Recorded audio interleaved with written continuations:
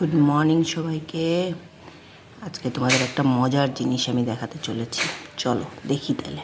এই এই যে মজার জিনিসটা হলো এই যে আজকে আমি করিনি, আমি একটু হেল্প করেছি, জাস্ট মা করেছে। এই যে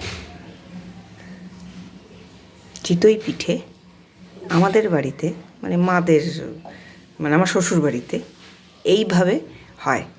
এই নতুন ভাড় আনা হয়, এর মধ্যে করা হয়, করে এই দেখো এতগুলো করেছে মা।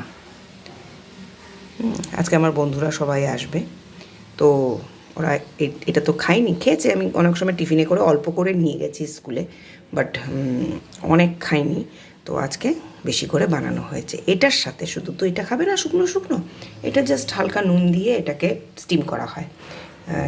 এইভাবে ঢেকে ঢেকে স্টিম করা হয়।